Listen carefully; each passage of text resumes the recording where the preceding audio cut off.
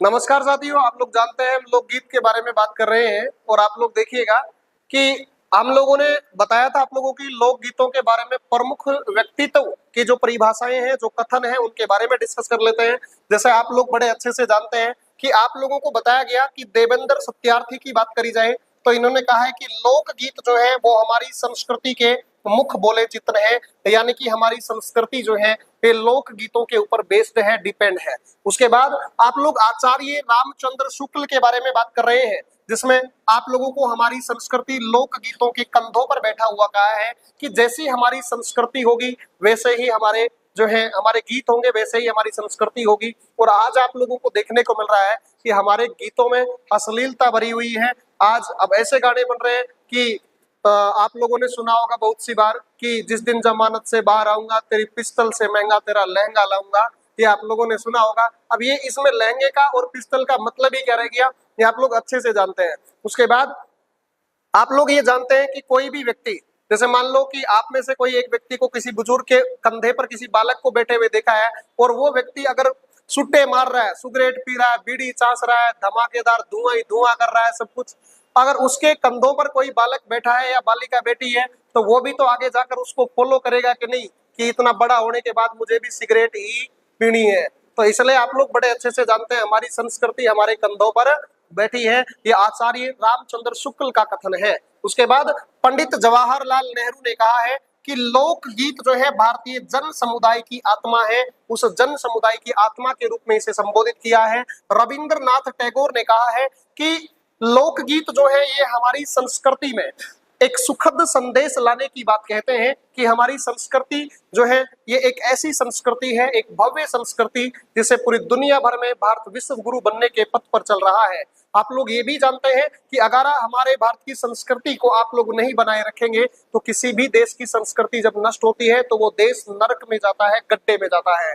इसलिए आप अपनी संस्कृति को फॉलो करते रहिएगा। और उसके साथ साथ हमारे योद्धा परिवार को भी आप लोग जानते हैं कि महात्मा गांधी जी जो बापूजी हैं, बापूजी का कथन है कि लोकगीत हमारी जो संस्कृति है इसके पहरेदार हैं, रक्षक हैं, स्थानीय जनता की आत्मा है। ये सारे कथन गांधी जी के द्वारा कहे गए हैं। और उसके बाद हम लोगों ने मरु प्रदेश के गीतों के बारे में जो है हम लोगों ने बात करी थी, जिसमें मैंने आप लोगों को 3 अलग अलग कैटेगरीज में गीत बताए थे, मरु प्रदेश के, पर्वतीय प्रदेश और मैदानी प्रदेश के। जिसमें आप लोग देख पा रहे हैं कि हमारे पास जो मरु प्रदेश के जो गीत हैं, इन मरु प्रदेश के गीतों में हमने 3 गीतों के बारे में डिस्कशन किया था बच्चे, जिसमें एक आप लोग देख पा रहे हैं पाला। पाला आप लोगों ने गीत सुना होगा कि मारे हाथा पड़ रहा छाला मैं पालो किया काटूली। और ये अपने प्रियतम को संदेश देते हुए एक महिला गा रही है कि हम मेरे हाथों में जो है छाले पड़ चुके हैं हे प्रियतम, और अब मैं पाला जो है वो कैसे काटूंगी। तो आप लोग जानते हैं कि पाला जो होता है वो एक हमारे पास में क्या होता है, एक झाड़ी का पत्ता जैसा होता है जो कि झाड़ी नुमा होता है, जिसके कांटे होते हैं हल्के हल्के।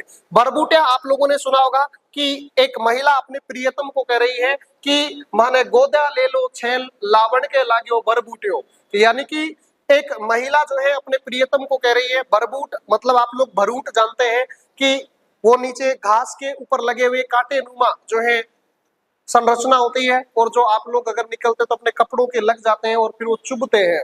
उसी प्रकार से महिला जो है बरबूटों के बारे में करी, या फिर वो छैल उसे गोदी में उठा भी लेता है, खुद बरबूटों में लीर हो जाता है, ठीक है, और आगे उसको बचा कर लेकर चले जाता है। और उसके बाद मिश्री की बात कर ली जाए। मिश्री आपने सुना होगा कि हमारे राजस्थान में भाई सेव आम ये फल फ्रूट तो बहुत कम होते हैं, अपने तो नीम होता है और नीम के लगती है निम्बोलिया, निम्बोलियां लगती है। तो आप लोगों ने देखा होगा कि उसके ऊपर एक महिला गाकर कह रही है अपने प्रियतम को कि नीम की निम्बोली माने खारी लागे, मिश्री को बाग लगा दे रसिया। और इसीलिए ये नीम की निम्बोलियों के लिए और मिश्री का बाग लगा भी देता है उसके रसिया जो उसके पतिदेव। तो ये तीनों जो गीत आप लोगों को देखने को मिल रहे हैं बच्चे, ये दाम्पत्य प्रेम के गीत हैं। कौन से प्रेम के गीत हैं? दाम्पत्य प्रेम के गीत हो जाएंगे। और उसके बाद अगर हम लोग बात कर लें तो आप लोगों को देखने को मिलेगा कि अगर हम और गीतों के बारे में बात करें, लीलगर गीत आपने सुना होगा। लीलगर का मतलब सीधी सी बात तो ये है कि जो लीलगर है ये एक ओढ़नी रखने वाला व्यक्ति होता है, ओढ़नी रखने वाला व्यक्ति होता है। और ये गीत संयुक्त परंपरा को प्रदर्शित करने वाला गीत है। संयुक्त परिवार परंपरा को प्रदर्शित करता है। आपने गीत भी सुना होगा, अल्लाह पल्ला पे दादर मोर रंग दे मन और रंग दे मन ओजू रंग दे। और लीलगर जो है फिर ओढ़नी रंग के देता है, लाल रंग की ओढ़नी रंग के देता है। तो वो महिला फिर कहती है कि लाल रंगरी ओढ़नी मारा जेठ जी रंगाया, मारी जेठानी के दाई को नहीं आई है। तो ऐसे ही जो है वो बार बार ओढ़नी रंगने का काम करवाती है। तो लीलगर जो है ये आप लोग संयुक्त परंपरा का गीत कहेंगे, जो कि ओढ़नी रंगने वाले व्यक्ति को कहा जाता है लीलगर। ठीक है। उसके बाद आपने सुना होगा इंढोनी। इंडोनी नाम से आपने गीत सुना होगा। 1.25 लाख इंडोनी का मतलब पहली बात तो ये होता है इंडी या छुमली। क्या होता है? इंडी या छुमली होता है। और इसमें आप लोगों ने सुना होगा 1.25 लाख री लूम खो गई मारी इंडोनी, मारी पड़ोसन घनी चकोर ले गई इंडोनी।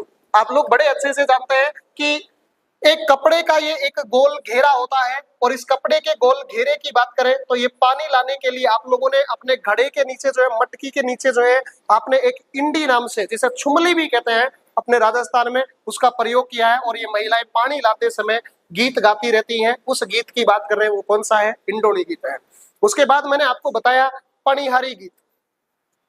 पणिहारी के बारे में एक जो है विवाहित, नव विवाहित महिला है, और उस नव विवाहित महिला की अगर हम बात करें तो बच्चे आप लोग जानते हैं, एक गांव का एक पुरुष, वो नव विवाहिता जब पहले पहले अपने ससुराल में आती है तो नव विवाहितों का काम होता है कि वो पानी लेकर आती है, टंकी पर पानी लाने का ही काम लगा रहता है। आज तो हर घर जल जो है, जल अभियान के कारण घर घर में टूटी लगी है और पानी आता रहता है। आप लोग जानते हैं कौन मटके उठाकर जाता है? पहले 3-3 4-4 घड़े एक साथ लेकर आती थी महिलाएं। और उसी पानी लाते समय नव विवाहिता महिला जो है, उस महिला के लिए कोई लड़का गाना गा रहा है और वो कह रहा है कि हंस हंस ये बोल परियारी बाता रह जैसी, हंस हंस ये बोल पणियारी बाता रह जैसी। तभी वो नव विवाहिता रिप्लाई में कहती है कि हंस हंस जद बोलूली जद थारा मारा पीऊ घर आवेला। ठीक है, जद बोलूली, जब मारा पीऊ जो है, पीऊ मतलब प्रियतम, जब हमारे घर आएंगे तब वो बोलने का प्रयास करेगी। और वो ऐसा कह रहे हैं कि ये गीत पति वर्ता धर्म पर अटल रहने का संदेश देने का काम करता है। उसके बाद आप लोग जानते हैं, एक आप लोगों को देखने को मिल रहा है पपैया। पपैया गीत की अगर हम बात करें बच्चे, तो आप जानते हैं कि ये पत्नी वर्ता धर्म पर अटल रहने का काम करता है। और आप लोगों को इसमें एक चीज देखने को मिलती है कि आप लोगों ने सुना होगा, एक विवाहित पुरुष है और उससे एक अविवाहित कन्या जो है प्रेम करने लगती है, और वो उस विवाहित पुरुष को मिलने हेतु एक उपवन में, एक बगीचे में बुलाती है। और उस उपवन बगीचे में जब वो पुरुष नहीं जाता है तो वो अविवाहित कन्या उस पुरुष की पत्नी को संबोधित करते हुए जो गीत गाती है, उसे आप लोग पपैया गीत के नाम से जानते हैं, जो कि पत्नी वर्ता धर्म पर अटल रहने के लिए व्यक्ति जो है उसको संदेश देने का काम करता है, जिसमें एक अविवाहित कन्या विवाहित पुरुष से क्या करती है? प्रेम करती है। इसका वर्णन आप लोगों को देखने को मिलता है। उसके बाद आप लोग बड़े अच्छे से जानते हैं, आप लोगों को बताया गया कि हम लोग जो बात कर रहे हैं कांगसिया के बारे में। कांगसिया का शाब्दिक अर्थ होता है भाई कंगा। क्या होता है? कंगा, जिससे बाल सजाए जाते हैं। ठीक है। और आप लोगों ने सुना होगा कि जो कांगसिया है ये एक श्रृंगारिक, सजाना का मतलब श्रृंगार करना हो गया, तो यह एक श्रृंगारिक लोकगीत है। ठीक है। और आप लोग जानते हैं कि ये मरु प्रदेश में गाए जाने वाला गीत है, जिसमें ये पिछले दिनों सुपर डुपर भी रहा है। राजस्थान में जैसे ही अलग अलग जो है सम्मेलन चले थे, जाट महाकुंभ चला था, सैनी महाकुंभ चला था। ठीक है। ये सब महाकुंभों का आयोजन जब जयपुर के अंदर जो है किया जा रहा था, तभी जब सैनी महाकुंभ का आयोजन हो रहा था, तो आप लोगों ने सुना होगा 2023 में मनीषा सैनी ने वहां पर गाना गा रही थी, और गाते समय उससे माइक छीन लिया गया था। जब माइक छीना गया उसी समय मनीषा सैनी जो है वहां पर पॉपुलर हो गई, और उसके बाद उसके ऊपर इतनी रील बनी कि वो गाना सुपर डुपर गाना हो गया। आपने सुना होगा कि मारी पाड़ोसन घनी चकोर ले गई कांगसियो, मारी पाड़ोसन घनी चकोर ले गई कांगसियो, मैंने जयपुर डोयो ढूंढ्यो, उदयपुर ढूंढ्यो, कोटा ढूंढ्यो, लेकिन फिर भी ना मिलो ऐसो कांगसियो। तो आप लोग कहेंगे वो कंगे के लिए करी है। अब पता नहीं वो कंगा कितना महंगा था, कैसा था और कहां से आया था भाई। तो जयपुर में भी नहीं मिला, उदयपुर कोटा में भी नहीं मिला। जीरा एक फसल है भाई। जीरा क्या है? एक फसल है जो अपने राजस्थान में होती है, और राजस्थान की सबसे महंगी फसलों में से ही एक फसल है ये। आप लोग जानते हैं कि जीरा फसल के लिए आप लोग जानते हैं कि मौसम की जो संभावनाएं हैं, जैसे भी जीरा फसल पकने के कगार पर है और हमारे आकाशमान में बादल छा गए तो वो फसल पूरी तरह खत्म हो जाएगी, हल्के से भी बादल रहे तो। जैसे आज की कंडीशन बात करें, हल्के फुल्के बादल बने, अगर ऐसी कंडीशन भी हो जाए तो जीरा काला पड़ जाता है और वो खत्म हो जाता है, खराब हो जाता है, उसका फिर कोड़ी के भाव जाता है।